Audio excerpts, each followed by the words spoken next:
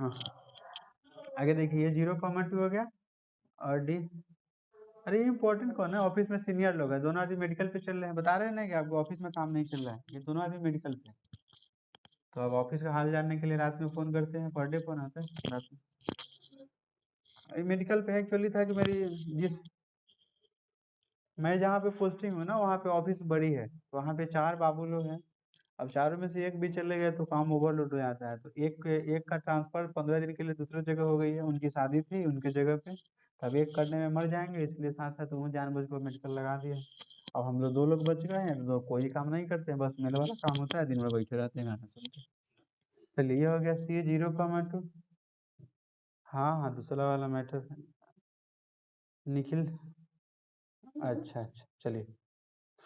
सी 0,2 अभी निखिल घबराने की ज़रूरत नहीं है अभी, ऐसे भी आपके पापा जी थोड़ा स्ट्रिक्ट है, अभी आपको नहीं होने वाला है। सी 0,2 और डी वाला हो गया 2,0।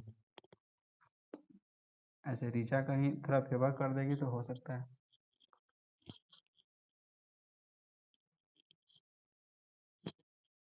बिल्कुल नहीं सोचना है, शादी हो जाए तो हो जाए लेकिन सोचना नहीं है उसके बारे में। ठीक है, चलिए, चलिए। बच्चा सब जो छोटा रहता है ना, तो गाँव का लोग जो होता है, जो क्या मज़ाक करता है, वो लेकिन बाद में बात करेंगे, अभी हो सकता है फिर फ़ोन आएगा तो या बात करना होगा हमको ज़रूरी। फ्री टाइम में कल बात कीजिएगा जितना बात करना होगा। देखिए ये सी हो गया, ये डी हो गया। अब आप बताइए कि इसके लिए ट्रू था या फ़ॉल्स था?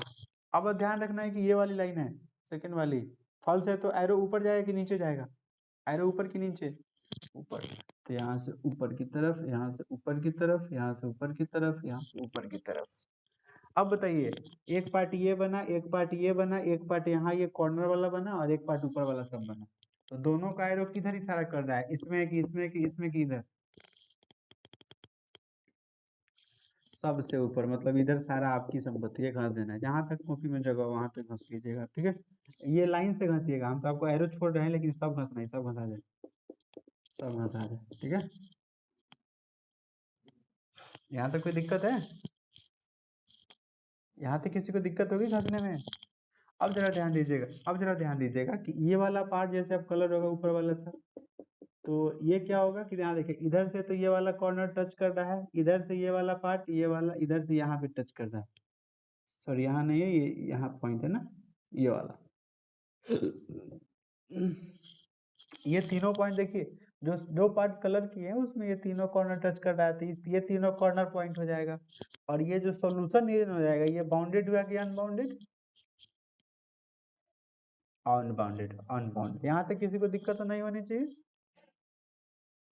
अब देखिए, अब जरा ध्यान दीजिएगा, ये वाला कोऑर्डिनेट तो सी है, सी पॉइंट सी है, कोऑर्डिनेट पता है, ये वाला कितना है, ये डी था, ये वाला आपका डी है, डी का 3,0 पता है, और ये वाला तो यूज है नहीं, ये वाला जो पॉइंट होगा इसका कोऑर्डिनेट कैसे निकलेगा? ये जो दोनों लाइन यहाँ कटी है, हाँ मतलब इसको हम टी मान दिए, ठीक है?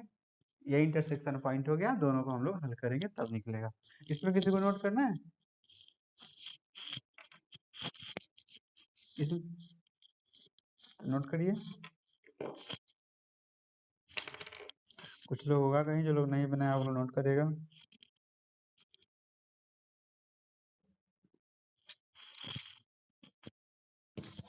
ये क्वेश्चन जाएगा 4 पन्ना।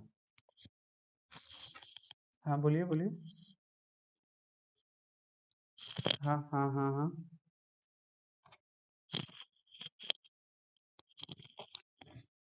तो उसको वो आप पॉइंट में नहीं काटिएगा, चलो आंसर नहीं मिलेगा, ठीक है?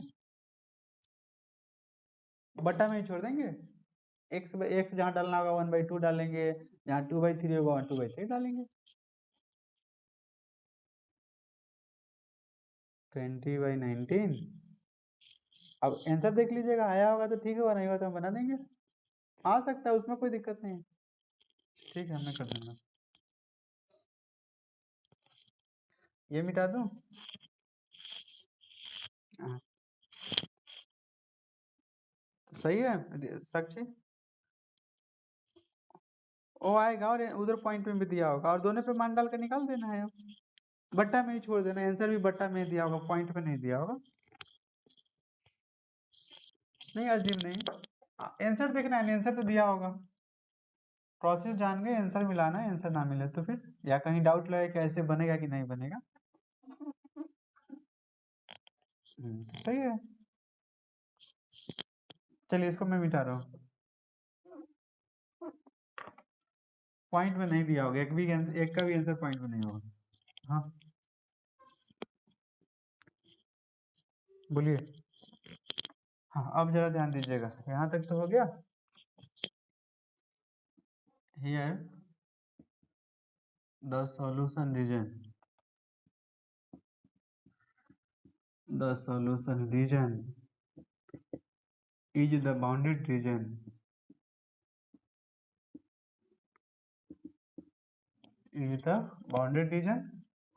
and its corner points।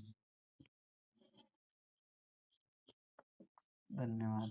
Unbounded region and its corner points और कितना कितना कॉर्नर पॉइंट हो गया, सी। तो सी हो गया 0,2। आगे बताइए टी, तो टी का हमको पता नहीं है, x, y। और अगला हो गया डी है ये, डी 3,0। डी है कि बी है, ये सी डी था, अच्छा बी, कोई बात नहीं। ठीक है ठीक है ठीक है। अब हम लोग को क्या पर टी निकालना पड़ेगा to find the coordinates of T. T का कोऑर्डिनेट निकालने के लिए सॉल्विंग द गिवन इक्वेशंस। बोलिए तो कितना कितना था, कोई बोलेगा? दूसरा वाला तो हमको याद है, x + y = 2 था पहले वाला।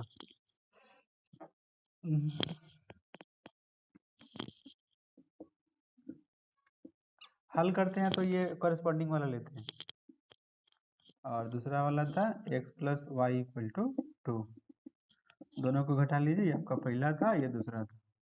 माइनस माइनस x कट जाएगा, 3y में से 2y तो 2y, और यहाँ घट जाएगा 3 में से 2 तो 1, तो y बराबर 1/2। फिर क्या करेंगे, पुट फ्रॉम फर्स्ट कर लीजिए ना, मान डाल लेंगे, सेकंड कर लीजिए, सेकंड आसान हो। तो सेकंड में x के जगह पे x, y की जगह पे 1/2 और बराबर में 2।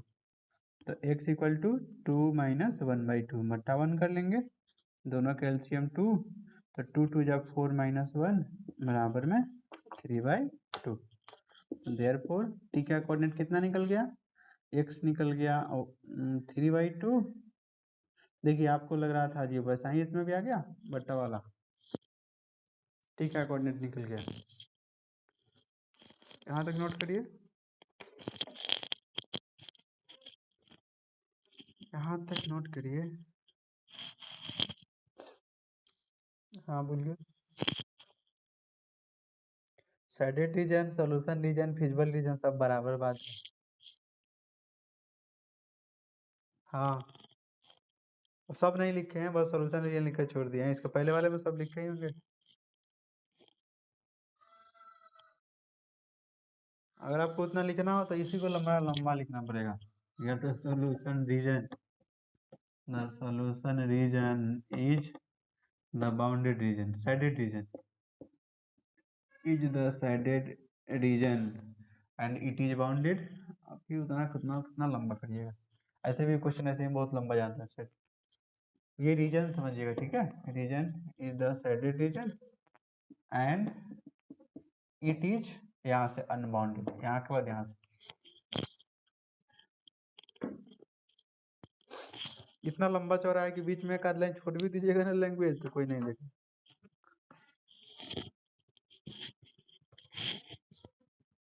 लेकिन आपको एक्यूरेसी खुद से बना कर रखना है, ठीक है।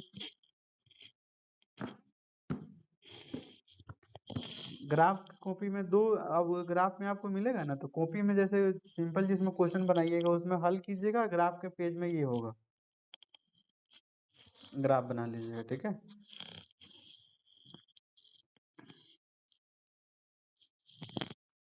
हाँ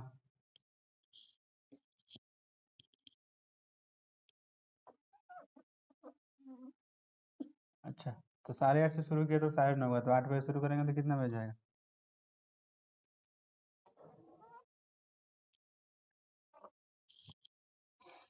अच्छा ये बताइए कि 8 बजे से अगर 9 बजे 1 घंटा पढ़ा है, 8:30 से 9:30 में 1 घंटा पढ़ा है, तो 8 बजे से 9 बजे वाला में ज्यादा होगा। कौन सा काम रहता है? हाँ, सीरियल रहता है कि सीरियल रहता है कि फोन ऑन रहता है? हाँ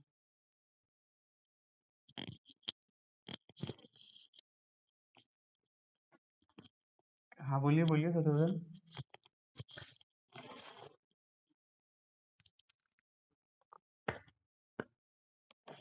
नीचे पॉइंट का नाम लिखा होगा जब पहले बनाए होंगे, तो ये बोर्ड पे तो मिट गया ना। जब ये लाइन के ग्राफ ड्रॉ किए होंगे ना, ऐसे एक तो ऐसे कहाँ गया, एक एक ऐसे वाला गया था और फिर एक ऐसे वाला जो गया था, तो उसमें नाम दिए होंगे, उसके अनुसार से लेना है। एक में लिखा, एक में ए बी रहा होगा, एक में सी डी रहा होगा। अब तो हम मिटा दिए ना, उसमें नाम देखिएगा ना, ऐसे रहा होगा शायद, ये वाला ये भी था शायद, ये वाला ये भी, ऐसे वाला सी डी था, तो यहाँ वाला भी है। अब तो मिटा दिए, अब पहले क्यों नहीं बोले? आप जब कॉपी में लिखिएगा ना, तो जो नाम लिखिएगा उसके अनुसार से बस एक पॉइंट बदलेगा, जो कटेगा ना उसी का नया दाम देना पड़ता है, बात बाकी तो आपको वही मिलेगा जिसका आप ग्राफ ड्रॉ कीजिए, उसी में से कोई ना कोई पॉइंट है। निकालेंगे किसको? निकालेंगे उसको जहाँ पे दोनों लाइन कटेगी, ये वाला, जैसे इसका जैसे ये कट गया तो यहाँ का पॉइंट थोड़ी दिया होगा। पॉइंट तो यहाँ यहाँ का और यहाँ का, ये वाला थोड़ी दिया होगा कहीं। अगर हम इसका ग्राफ ड्रॉ कर, मान लीजिए कि यहाँ पे ए है, यहाँ पे बी है, इसको मिला दीजिए। अब यहाँ पे सी है, ये हो गया ए बी, और यहाँ से सी, यहाँ से डी, सी और डी। तो इसका तो पता है, इसका पता है, इसका ही चारों पता है, इसका थोड़ी पता है जहाँ पे कटा है दोनों लाइन। अब अगर 3 इक्वेशन दिया होगा तो एक लाइन ऐसे चल जाएगा। तो अब क्या हो जाएगा, मामला फंसेगा कि अगर इधर ये वाला साइडेड होगा तो ये वाला निकालना पड़ेगा, मतलब ये वाला लाइन ये वाला लाइन हल करना पड़ेगा। अगर इधर जाएगा तो ये वाला लाइन और ये वाला हल करना पड़ेगा। बस यही तो इसमें है, दूसरा कुछ नहीं है। हाँ, अब जरा ध्यान दीजिएगा। नाउ जेड एट, बताइए तो जेड कौन कौन पॉइंट था, हम तो मिटा दिए फिगर। जो कॉर्नर पॉइंट था उसमें पहला कितना लिखे थे? कहाँ है, सब सो गए क्या? कॉर्नर पॉइंट का पहला पॉइंट कितना था? पहले जेड बराबर लिख लीजिए, तब लिखिएगा जेड एट नाउ, नाउ तो ऊपर लिखा हो। जेड एट सी था 0,2। जेड का मान कितना था? वीडियो रुक गया है। और किसी को लग रहा है क्या कि रुक गया है? जेड का वैल्यू बताइए। जेड का वैल्यू है 3x+5y, 3x+5y। तो जेड एट इतना, बताइए ये वाला मान डाल देना, x के जगह पे ये वाला, y की जगह पे ये वाला। तो 3 × 0 + 5 × 2, तो 0 + 10 बराबर में 10। फिर बताइए जेड एट अगला पॉइंट टी था। हाँ, टी का आया है 1/2, 3/2 कितना था? अरे पहले पढ़िए तो, आज रात भर पढ़ाएंगे। हाँ, पॉइंट बताइए, टी का कोऑर्डिनेट कहाँ जाना है? एक्स के 3 × x के जगह पे 3/2, कहीं पार्टी में जाना है क्या आयुष?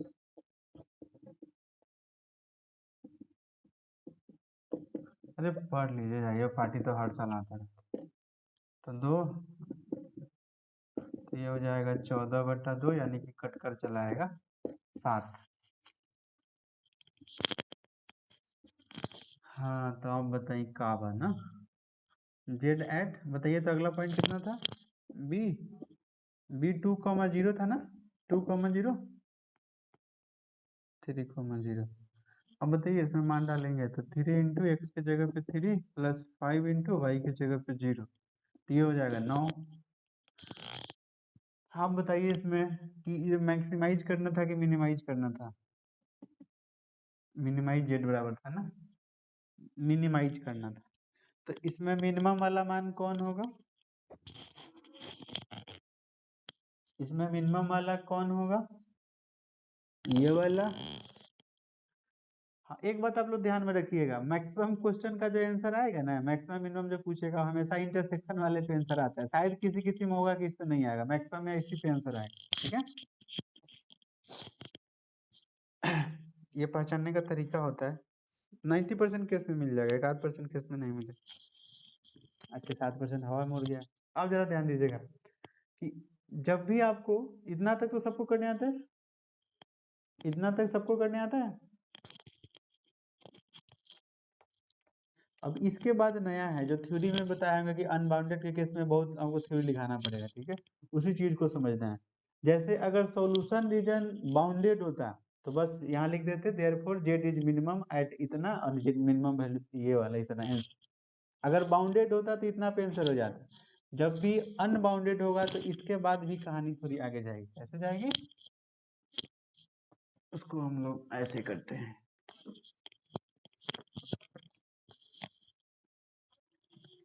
देखिए एक बात ध्यान रखिएगा, जब भी सॉल्यूशन रीजन बाउंडेड होगा तो मैक्सिमम या मिनिमम वैल्यू एग्जिस्ट करेगा। लेकिन जब अनबाउंडेड होगा तो मैक्सिमम या मिनिमम वैल्यू एग्जिस्ट कर भी सकता है, नहीं भी कर सकता है।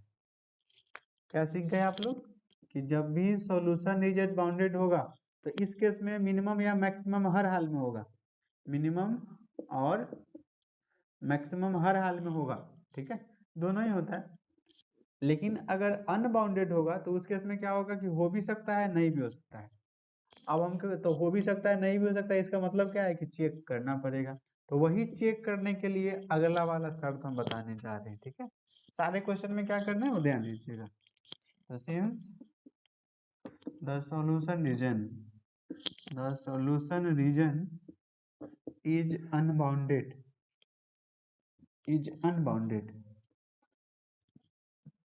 so let us consider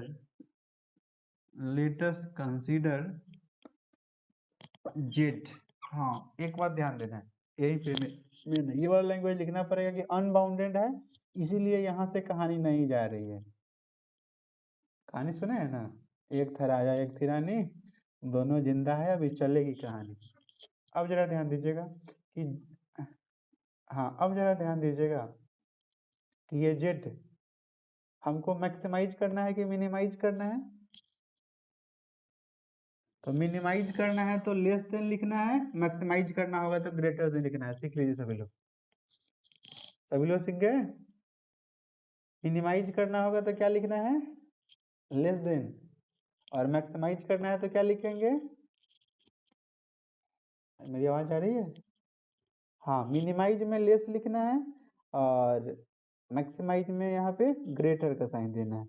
और यहाँ पे जो वैल्यू लिखना है, मिनिमाइज वाले में तो यहाँ मिनिमम मान डालना है, मैक्सिमाइज वाले में मैक्सिमम मान डालना है। जैसे इसमें मिनिमम मान कितना था, 7 था। क्या सब लोग सीख गए क्या मानना है, सब लोग सीख गए। मिनिमाइज होगा तो यहाँ जेड तो सब में होगा, मैक्सिमम मिनिमम कुछ को यहाँ जेड ही होगा। अब यहाँ पे मिनिमम होगा तो लेस देन, मैक्सिमम होगा तो ग्रेटर देन। मिनिमम होगा तो यहाँ मिनिमम वाला मान डालना है, मैक्सिमम होगा तो मैक्सिमम वाला मान डालना है। इसमें किसी को दिक्कत है। दैट इज, अब जेड का मान ये वाला इक्वेशन डाल देना है। जेड का वैल्यू कितना है, 3x + 5y लेस देन 7। यहाँ तक किसी को कष्ट हो तो बताइए। अनबाउंडेड होगा तो कैसे मानेंगे, ये सब लोग सीख गए क्या करना है। ये वाला लैंग्वेज लिखना है, जेड का वैल्यू मानना पड़ेगा, मिनिमम में लेस देन, मैक्सिमम में ग्रेटर देन। तो मिनिमम वाले में मिनिमम डालना है, मैक्सिमम वाले में मैक्सिमम डालना है। अब फिर जेड का मान ये वाला यहाँ डाल देना है। अब एक ही इक्वेशन बन गया क्या, जैसे क्वेश्चन अभी हम लोग करस्पॉन्डिंग लिख के हल कर रहे थे, 2-2 इक्वेशन, 3-3 इक्वेशन, ये वाला एक नया इक्वेशन बन गया। कोई नहीं बोल रहा। अब फिर इसको हल करना पड़ेगा, let us consider corresponding equation हल करना पड़ेगा जैसे उसमें कर रहे थे। ठीक है, लेट अस कंसीडर हाँ, अब इसको एक बार और हल करना होगा उसी ग्राफ के लिए। Let us consider the corresponding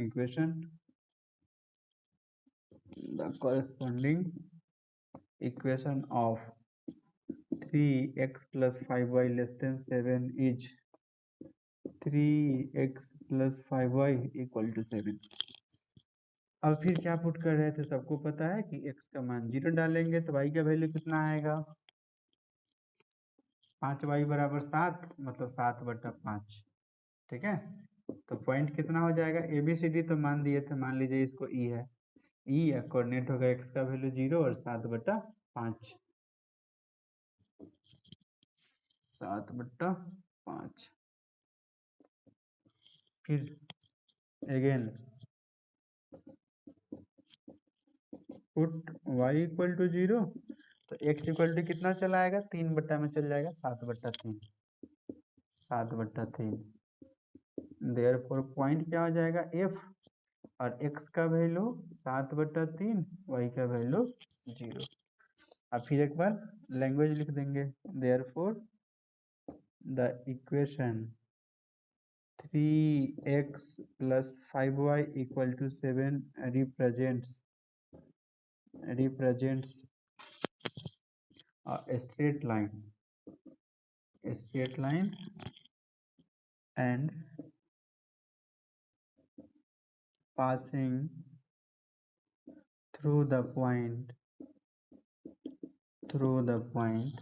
कौन कौन, E का कोऑर्डिनेट आया है 0,7/5, और फिर F का कोऑर्डिनेट कितना आया है, F का कोऑर्डिनेट 7/3,0। यहाँ तक किसी को दिक्कत है, यहाँ तक में किसी को प्रॉब्लम है, एकदम पहले की तरह सेम है, बस यही तो नया था, बाद में तो हल करना आप जानते हैं। अब फिर एक बार दोनों में 0 डालकर ट्रू या फॉल्स चेक कर लेंगे।